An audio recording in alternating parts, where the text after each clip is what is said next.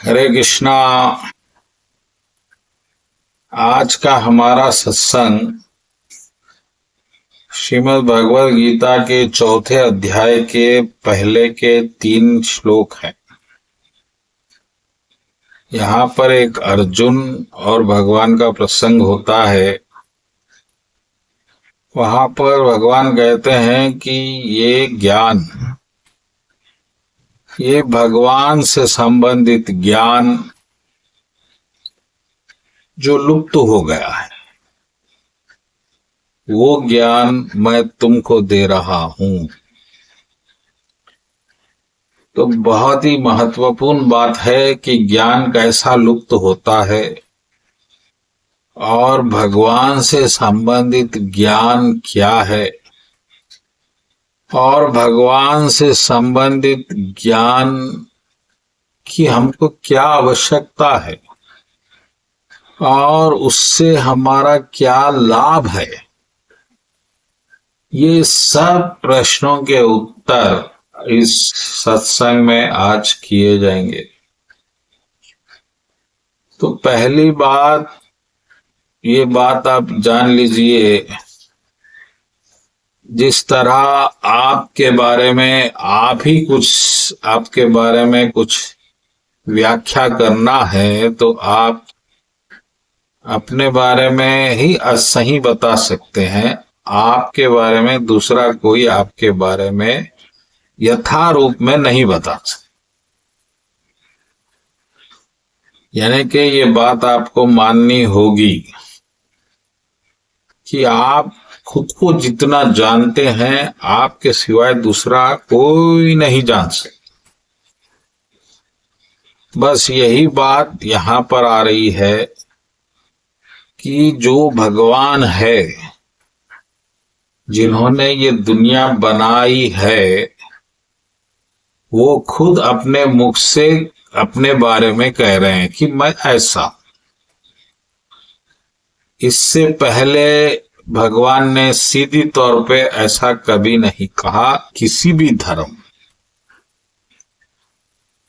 किसी के माध्यम से ही कहना पड़ा कि मैं ऐसा हूं। लेकिन पहली बार भगवान कृष्ण ये कह रहे हैं कि मैं कैसा हूं। तो भगवान अर्जुन को यही समझा रहे हैं कि भैया देखो, वो ज्ञान जो लुप्त हो गया है, क्योंकि वो किसी के माध्यम से आते आते उसका तत्व ही खो गया और बस कूड़ा करकट बच गया। लेकिन यहाँ पर हमारा सौभाग्य है कि भगवान का अवतार हुआ और अवतार में उन्होंने गीता भी कहा। अब इस गीता का जो ज्ञान है वह सबसे उत्तम हो गया। क्योंकि गीता कृष्ण के मुख से निकल रही है, जो स्वयं भगवान है, और जो वेद प्रकट हुए वो साधुओं के माध्यम से उन सबका संयोजन है, उनके अपने अनुभव दिव्य। उपनिषद है, शास्त्र है, उसमें अनेक कथाएं ऐतिहासिक। लेकिन जहां पहले भगवान मेरे बारे में, खुद के बारे में कह रहे हैं कि मैं ऐसा हूं, तो गीता ही आधार बन गई सत्य के खोज। कोई दूसरा आधार आप नहीं मान सकते, क्योंकि कोई दूसरा उसको जान ही नहीं सकता। भगवान को कोई दूसरा जान नहीं सकता सिवाय भगवान के। तो आप ये नहीं कह सकते कि वो बड़े भक्त थे। वो सब भक्त, जितना भगवान ने उनको बताया वो उतना बोल सके। तो अब गीता में जो भगवान बताएंगे, या तो वो जो बताएंगे वो उसी तरह होगा जिस तरह पहले भक्तों ने, वेदों ने कहा। या फिर कोई नई बात भी हो सकती।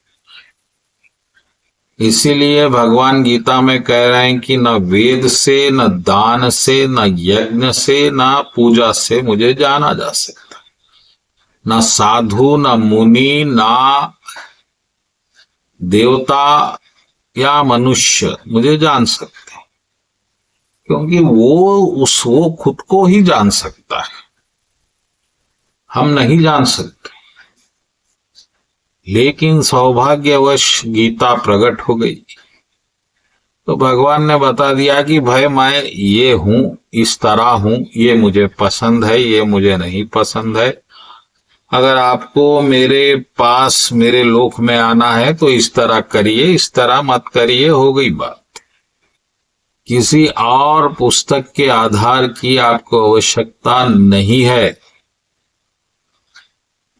क्योंकि जब भगवान स्वयं कह रहे हैं कि मुझे इस तरह से प्राप्त किया जा सकता है, तो फिर हम दूसरे किसी का भी आधार लेने का कोई हमें आवश्यकता नहीं है। इस बात को आप समझिए। तो भगवान कृष्ण अर्जुन को कह रहे हैं इस श्लोक में कि भाई जो ज्ञान लुप्त हो गया था, मैं एक बार फिर बोला, तो ये बड़ा सौभाग्य है, इसका लाभ उठाइए, गीता पढ़िए और फिर गीता में भगवान क्या कह रहे हैं उसको समझिए, उसको अपने जीवन में उतारिए और फिर जीवन का आनंद लीजिए।